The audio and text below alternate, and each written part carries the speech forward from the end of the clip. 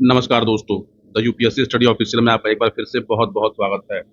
जैसा कि आप जानते हैं कि पिछले कुछ दिनों पहले मैंने यूपीएससी स्कैम पे मैंने वीडियो बनाया था। उस समय कई लोगों ने मेरी आलोचना की थी। उस पहली बात तो क्या है, उस वीडियो को बहुत कम लोगों ने देखा ही था। मैं हमेशा शुरू से बोलता रहा हूँ कि यूपीएससी एक भ्रष्टसम संस्था है और आप कहेंगे तो इसको जैसे मैथ में थ्योरम प्रूफ किए जाते हैं, इसको मैं वैसे प्रूफ कर सकता हूँ। ये समझिए कि यूपीएससी का जो स्कैम होता है वो 2 लेवल पे होता है। एक तो यूपीएससी और यूपीएससी से संबंधित संस्था है डीओपीटी, जिसको डिपार्टमेंट ऑफ पर्सनल ट्रेनिंग बोलते हैं। मतलब कोई जो परीक्षा होती है तो उस परीक्षा का आयोजन यूपीएससी करती है। फिर यूपीएससी क्या करती है कि जो लोग सेलेक्ट होते हैं उनका रिकमेंडेशन भेजते हैं डीओपीटी को। डीओपीटी का काम होता है कि डॉक्यूमेंट को चेक करना, सर्विस का एलोकेशन करना। और आपको जान के ताज्जुब होगा कि अभी जो रिजल्ट आया है ईपीएफओ का और एपीएफसी का, अगर पीडीएफ ध्यान से देखेंगे आप, तो लखनऊ सेंटर, भोपाल सेंटर से एक सेंटर से 15-15 लोग, 18-18 लोग जो है लगातार रोल नंबर के साथ सिलेक्ट हुए हैं। क्या आपने कभी ऐसा देखा है? तो मुझे लगता है कि शायद ऐसा 10वीं 12वीं की परीक्षा में होता है कि लगातार रोल नंबर से लोग पास हो रहे होते हैं। देश की बड़ी प्रशिक्षित संस्थाओं में से देखिए, पहले तो क्या किया गया कि यूपीएससी को कुछ कोचिंग वाले टीचरों ने, कुछ कोचिंग माफियाओं ने और कुछ बुद्धिजीवियों ने हमेशा एक डिवाइन इंस्टीट्यूशन का तमगा देकर कहा कि यूपीएससी एकदम पवित्र संस्था है, यहाँ कुछ भी होता नहीं है, पारदर्शी संस्था है। लेकिन अगर ये संस्था इतनी पारदर्शी है तो अपनी पारदर्शिता का जो ढोंग पीटती है, इसने कभी आपसे कटा बताया प्रश्न तक परीक्षा का बताया होगा तो 2 साल बाद बताया होगा। मतलब पूरी प्रक्रिया हो जाए, ना कभी आंसर की दिया। इंटरव्यू का पैनल क्या है, कैसे डिसाइड होता है, ये भी नहीं बताया। देखिए, इन आयोगों की तुलना में मैं यूपी पीसीएस लोक सेवा आयोग को बहुत पवित्र मानता हूँ। हालांकि एक अच्छी चीज़ क्या है कि लोक सेवा आयोग में जो घोटाला होता है वो 4-6 महीने बाद सामने आ जाता है। ठीक, वो चाहे कापी बदली का मामला हो, चाहे पेपर लीक का मामला हो, क्योंकि इलाहाबाद के छात्रों में एक है, आग है, वो आयोग को झुका लेते हैं, आयोग की बातों को मनवा लेते हैं। लेकिन यूपीएससी की तैयारी करने वाले लोग, उन्हें ये लगता है कि हमारा इसमें क्या जा रहा है। मैं आपको एक ताज़ा उदाहरण, आपने देखा होगा पूजा खेड़कर वाला। पूजा खेड़कर का मामला जैसे उछला, वैसे कई लोगों के नाम फिर सामने आने लगे। ये कुछ चेहरे हैं, ध्यान से देख लीजिए। ये सब पर आरोप है कि इन्होंने फेक सर्टिफिकेट लगा लगा के सिलेक्शन लिया है। इनको तो आप जान ही रहे हैं, बड़े फेमस आईएएस रहे हैं और इनके पिताजी आईपीएस रहे हैं।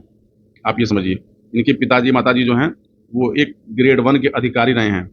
ये सब के सब को जितने देख रहे हैं, ये ऑल आर चीटर। इन चीटरों की वजह से कोई जो एलिजिबल कैंडिडेट है, कोई योग्य कैंडिडेट है, उसका सिलेक्शन नहीं हुआ और उसका सिलेक्शन ना होने से जनता को भी भुगतना पड़ा है।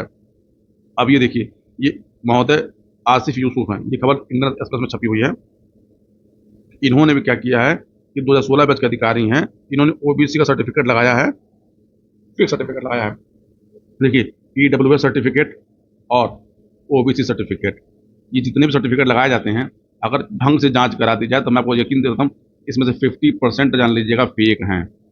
मैं 50% दावे के साथ बोल रहा हूँ। आप कभी, चाहे देखिए, मैं किसी जाति पर, किसी धर्म पर मैं कोई टिकट टिप्पणी नहीं करता। आरक्षण का मैं समर्थक हूँ। नो डाउट कि एससी वर्ग और जो एसटी वर्ग हैं, इनको तो आरक्षण मिलना चाहिए, क्योंकि इनके साथ बहुत अत्याचार हुआ है। तो आपको इनके आरक्षण को तो जान लीजिएगा डिग्निफाई करना पड़ेगा। अब यहाँ पर आप एक बात ये समझिए कि जैसे मान लीजिए आप अपना एक डोमिसाइल सर्टिफिकेट बनवाना हो, एक आपको इनकम सर्टिफिकेट बनवाना हो, या फिर आपको कास्ट सर्टिफिकेट बनवाना हो, आप कभी एक बार जो है तहसील में चले जाइए और आप बनवा के देख लीजिएगा, आपके जूते गिर जाएंगे। जब तक आप लेन देन नहीं करेंगे बनेगा ही नहीं, वो भी तब जबकि आप एक जेन्युइन कैंडिडेट हैं, उसके बाद आपका नहीं बन रहा। ये जितने मैंने आपको ऊपर दिखाए, इन सब के अब्बा हजूर जो हैं वो किसी न किसी पोस्ट पे हैं। अब मान लीजिए जिसके पिताजी आईपीएस हैं, देखिए, ये सर्टिफिकेट जो जारी करने काम करता है वो करता है तहसीलदार। और तहसीलदार जो होता है वो एक, मतलब तहसील का सबसे बड़ा अधिकारी है। इस पद पर अक्सर एसडीएम भी बैठ जाते हैं। तो क्या लग रहा है आपको, एक आईपीएस बोलेगा कि तहसीलदार साहब ये हमारा बेटा है, इसका सर्टिफिकेट बनाना है, एडब्ल्यूएस का बनाना है, ओबीसी बनाना है। इनकी हिम्मत नहीं होगी कि कहेंगे साहब नहीं बनाएंगे। अच्छी बात है कि डिजिटल मीडिया का दौरा है, डिजिटल मीडिया के दौर में बातें खुल रही हैं। अगर अब पहली बात तो क्या है कि ये सब के सब जान लीजिए चोर हैं, इनको 420 में अंदर किया जाना चाहिए। जितना भी इन्होंने अब तक काम किया है, उन काम के बदले इनसे पैसा वसूला जाना चाहिए। इनको जान लीजिएगा फांसी की सजा मुकर्रर की जानी चाहिए। इससे कम इनको कोई सजा देनी ही नहीं चाहिए।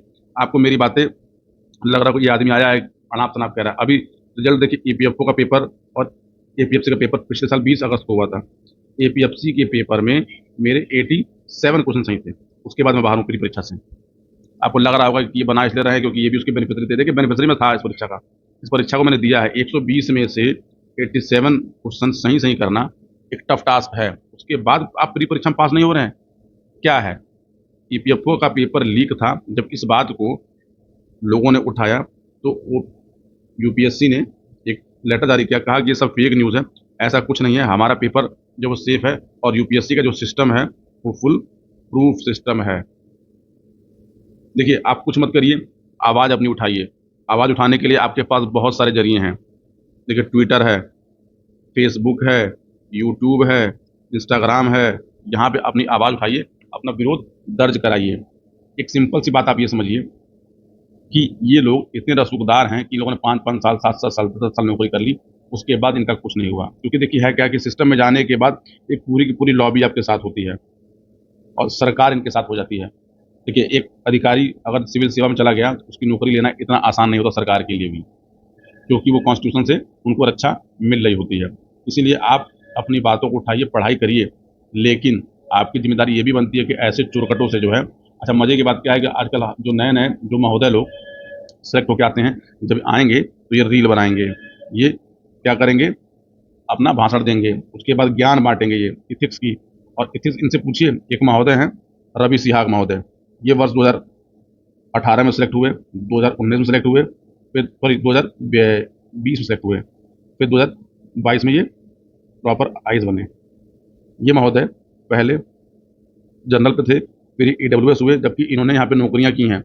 नौकरी करने के बाद मुझे ये नहीं समझ में आ रहा कि नौकरी करने के बाद इनको सर्टिफ़िकेट ईडब्ल्यूएस का जारी कैसे हो गया? मतलब ये है कि यूपीएससी में एक स्कीम चल रही है कि आप सेलेक्ट हो जाओ, उसके बाद आप गरीब बन जाओ।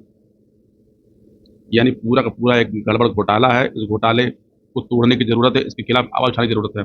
यदि आप मेरी बातों से सहमत हों, बाकी यूपीएससी के स्कैम पे जो है लवा-लवा वीडियो बना रहे हैं। यदि आप थोड़ा भी आपके अंदर परीक्षार्थी वाली बात हो, ईमानदारी आपके अंदर थोड़ी-सी भी हो, इस वीडियो को शेयर ज़रूर करिए। बाकी आपसे मैं मिलता हूँ अपने अगले वीडियो में, तब तक के लिए धन्यवाद, गुड बाय। कुछ बचा नहीं है।